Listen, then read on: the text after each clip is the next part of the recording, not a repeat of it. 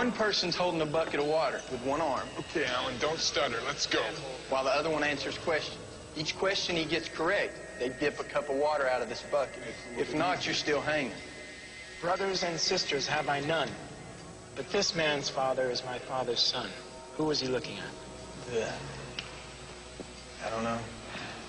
I guarantee, said the pet shop salesman, that this parrot will repeat every word it hears. The customer bought the parrot, but found it would not speak a single word. Nevertheless, the salesman told the truth. Explain. The parrot's dead. Take the glass off. Next question. Jason is lying dead. He has an iron bar across his back and some food in front of him. Why did he die?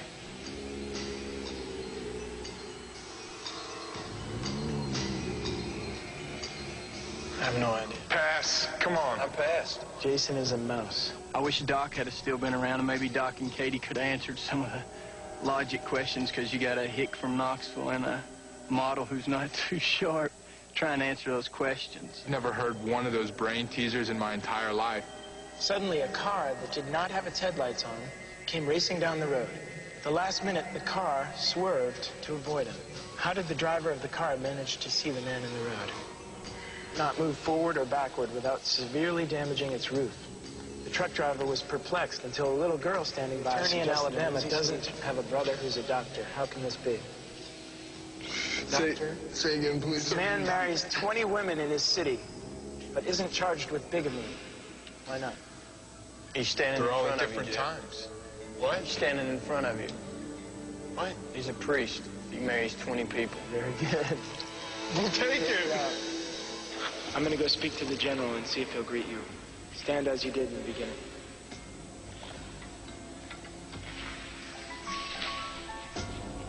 So they come in and say, the general will see you. This Walk is us in. after all this. This is 8 hours of training. So you're like Or saying you're hoping for like at least 20 minutes of him answering questions.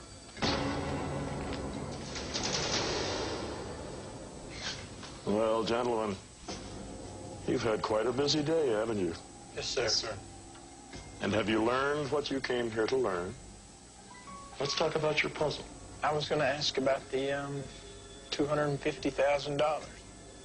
I gave Nate Flint $250,000 in cash in return for the Kingfisher Sardine Factory land. And just as he was about to come through on his part of the deal, he was killed. And who do you think wound up with my $250,000? Prudence Connor. And when you see Connor, tell her she can't run forever. Gentlemen, We spent about 8 hours there that day, from physical conditioning to tons of mental tests. All this for the group. Go in his office, wait on the general. He comes in, we get 4 minutes with him. And it's not even Jeff and I talking, it's the general. We didn't get to say much, and that's what drove me crazy. Mike, can we ask you anything? No. I think we've got the sweeper that Connor attacked.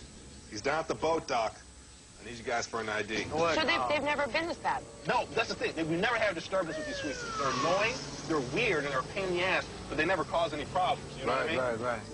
And this evening, one of them touched her. She kind of shoved him. See, he went right through the glass door. If there's a problem, you let me step in, all right? Okay. Duncan, none of these two. No. None of those two. You said it was a guy? Describe him for me. Tall about your height, blonde hair, young looking, nice suit. They all freaking look alike to me, you know what My gosh. Oh my God, you see that?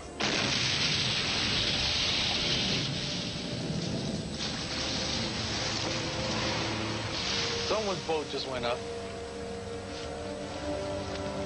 Did you feel it? Holy crap! It's like a bomb. That's Connor's houseboat. That's Connor's houseboat? That's Connor's houseboat. And I felt that, and then I saw the light. Dude, it was big. Oh. If she was on that boat, you can scratch her off as a suspect. Sure, everybody heard it last night. You know Connor's houseboat exploded, but there was no body was found in the wreckage at this time. All right. We're presuming that Connor is still alive, but we're going to follow up with that. I want to find out what happened. Anything else to report? She was with Thibodeau the night of the murder, and she left Tibbs at about 1:30 in the morning to go speak to Nate Flint. She didn't know anything about the photos. After seeing them in Jeff's hands, she says they're definitely surveillance photos. Doesn't know who shot the photos either. Okay, track 2, the Beck team. And it sounds to me like you guys were practically tortured with physical and mind games during your cleansing initiation at DeBeck's Mind Science Cult. Hats off to both of you. You did finally get the meeting, and you did get DeBeck to admit that he gave Nate Flint $250,000.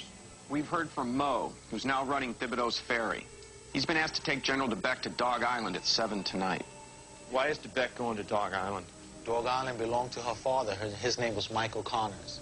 Maybe we should get out there before he goes there, just to check it, see what he's looking for. I'll make that track 1 then. Go to Dog Island, set up surveillance at Connor's cabin, and find out what's going on between DeBeck and Connor. Track 2, Connor's houseboat. Go to where the wreckage washed up and see if you can find out what caused the explosion. Just missed the Coast Guard. Guy said that he thought maybe it was a plastic explosive like C4 or something like that. I just hope to God she wasn't on the boat. Did you deal with any C4? We had det cord. You set it off, and then it'll feed into the main explosive of, say, C4 or something. And if someone did put that on the gas tank, would that... that would explode? Yeah. Come with me over to the paper. There's something about William Lambert I think you should know. He was doing the same thing down in Florida. He had this development deal. He was going to build this golf course and this resort on the Gulf Coast. He didn't have the money raised. And I think that Nate Flint was onto him. Oh. We were just talking about you. I'm here to terminate your employment. Well, to do that, you have to own the paper. No, Mr. Lambert does. All right, why don't you gather things up and we'll head on outside. I'm not going, Dudley. Come on, Frank, let's not make this harder than it already is. You know, you cannot own free speech in this town. Go home, Frank. Take it easy. Work on your boat. Okay, let me help you go here. I'll grab your bag and help. Okay, ease up, ease up. Serial killer in the town, Dudley. Why are you wasting your time with this, huh? I get one choice my of job doing in this town, which is to find out what the truth is and what's going on. Right now, there's nothing I can do about this. You know, you are a moron, Dudley. You're an imbecile. I have no choice, Frank.